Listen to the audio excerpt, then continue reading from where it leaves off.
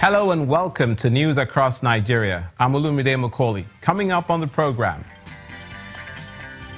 Christians celebrate Good Friday today to mark the death of Jesus Christ. News Across Nigeria takes a look at the significance in the Christian faith.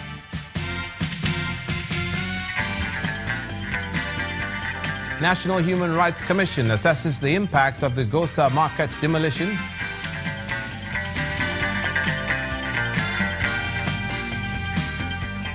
And 1,000 beneficiaries receive certificates of occupancy under the Ogun Home Ownership Scheme.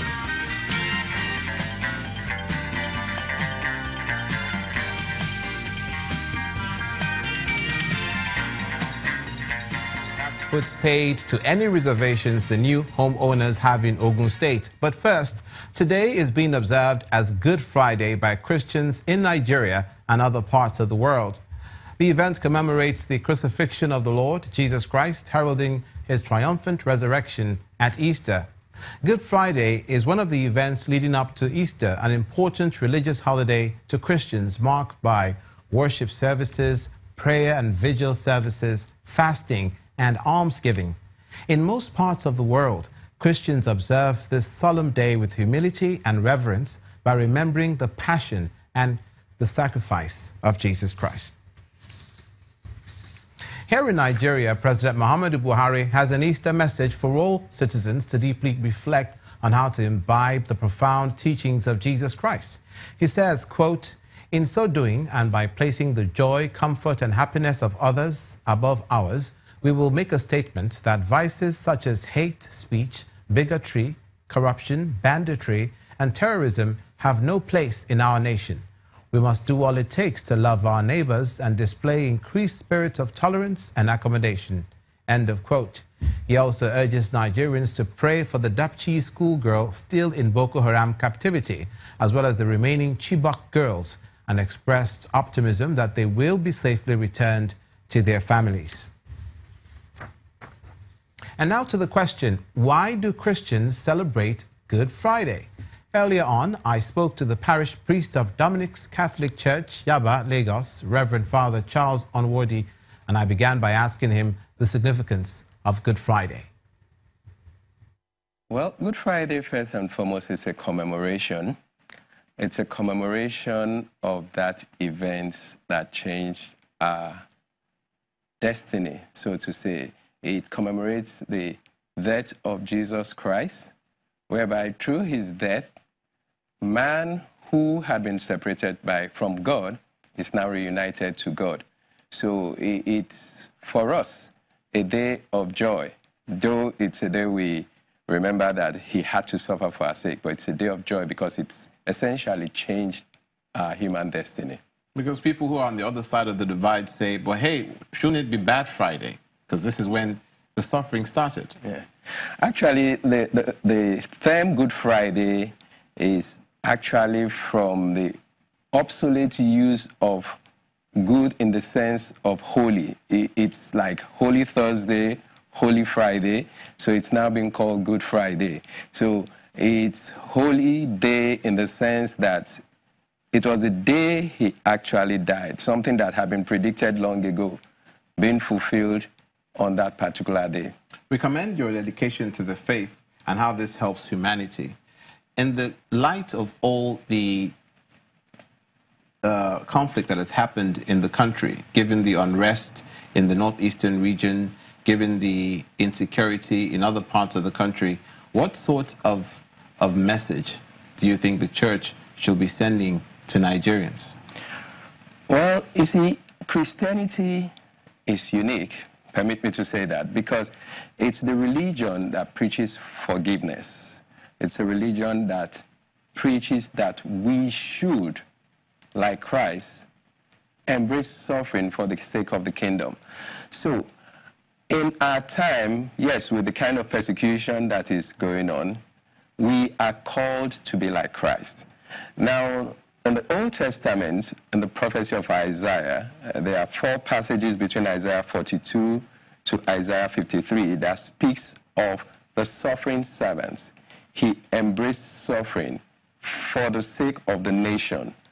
And This is what we too, because we believe in the resurrection, which is what happened with Christ after Good Friday, that we should embrace this for the sake of the kingdom, and we should also be men and women of love. That becomes very difficult, of course, in the face of suffering and persecution. We should be men and women of peace, much as we as human beings have the tendency to want to retaliate. We are not called to be aggressors. Yes, we have the right to defend ourselves, but we are not called to be aggressors. We are called to work for peace, like Christ who came and worked for peace. So it's a time we have to persevere. He went all the way to the cross. That's perseverance. We too are called to persevere. We too are called to work for peace. We are called to forgive. So I'll say to Christians as we commemorate this day, that like Christ who worked for peace, we too should work for peace. Given that the Dapchi schoolgirl that was held back, according to the reports that we have, because of her faith by Boko Haram, what position is the church taking on this? Well, interestingly, that's what we're all called to do. We're called to witness to Christ. We're called not to deny Christ. And that cuts across wherever we find ourselves, in what position. There is a saying I'm very fond of: for every position, there's a corresponding responsibility. So because we're Christians, something is expected of us, to witness to the faith. So whether you're a politician, whether you are a married man or a married woman or a student, can we say no to corruption? Can we say no to cheating? Even when it's going to be difficult, even when it's going to cause us some pain. So like that young girl who said, I will not deny Christ, we too are called to follow the footsteps of Christ, who went all the way. Matthew 26, he says, if it be possible, take this cup away from me. So we are all like that. It's not as if we should just take on suffering ourselves, but it's because of the love of God that we say we will have to pass through this and remain steadfast. And what can help not just Christians, but Nigerians, in the face of that sort of adversity or temptation, stay the path of morality and stay the path of righteousness, as it were? We should be men and women of conviction. Then secondly, we should also pray persistently for the grace of God, because in the face, sorry to interrupt you, in the face of that that takes a lot of bravery. Yeah. That takes uncommon. That's why I said we need the grace of God. Because, you see, like I said earlier, even Christ said, if it be possible, take this cup away from me. But he added, not my will, but your will be done. So when we are willing to empty ourselves and say, the will of God should come first, that is what gives us the extra grace and motivation, even when it's going to cause us plenty of pain. I was Reverend Father Charles Owodi of the Dominic Catholic Church in Lagos on the significance of Easter. Now, elsewhere, some politicians in Oye and Idosi local government areas of Ekiti State have dumped the All Progressives Congress, the APC, shifting base to the People's Democratic Party, the PDP. The defectors believe the PDP represents a better platform for their future aspirations. They were welcomed into the Ekiti PDP family fold by the state's deputy governor, Professor Kolakwo Olushola, who gave an assurance that they will be properly integrated into the system. You're watching news across Nigeria. It's done and dusted. New homeowners in Ogun State are getting their certificates of occupancy. Please stay with us.